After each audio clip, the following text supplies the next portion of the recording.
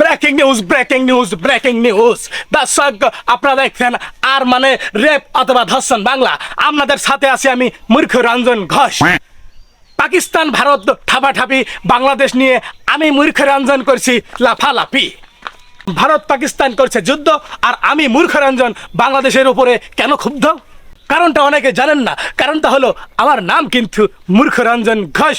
আমি সবসময় দেই বাংলাদেশের দোষ। তবে বাংলাদেশ, তোমরা যে পাকিস্তানের পক্ষ নিয়ে কথা বলছো, এটা কিন্তু ঠিক না।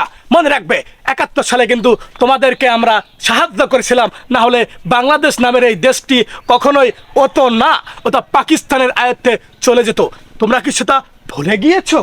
ভুলে গিয়েছো সেটা?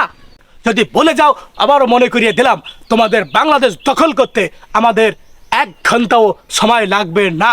ইয়েস, 1 ঘন্টাও সময় লাগবে না।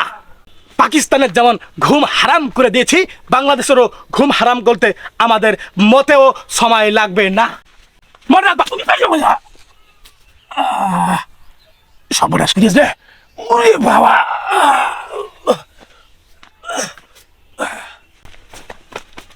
কে মনে করছেন আমরা পড়ে গেছি? না, আমি পড়ে যাইনি।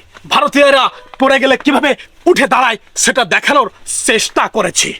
যেটা বলছিলাম, মনে রাখবা, বাংলাদেশ তোমাদের চট্টগ্রাম, তারপরে যে দিনাজপুর না কি কয়, ওটা নিতে মোটেও সময় লাগবে না। তোমাদের ওই যে 7 সিস্টেম না কি উঠতে চাও, ওটা বড় থাকবে না। ইনুস সরকারকে বলে দিতে চাই, তোমরা এত লাফালাফি করো না। কারণ এই দাদাদের জন্য তোমরা এখনো দুমুঠো খাচ্ছ। তোমাদের আলু পেঁয়াজ এই দাদারা দিচ্ছে বলে তোমরা খেতে পারছো, না হলে তোমরা খেতে পারতে না। আর তারপরেও যদি তোমরা পাকিস্তানে জয়গান করো, তাহলে কিন্তু তোমাদের উপরে আক্রমণ করতে, গণমূত্র আক্রমণ করতে আমরা মোটেও দ্বিধাবোধ করব না।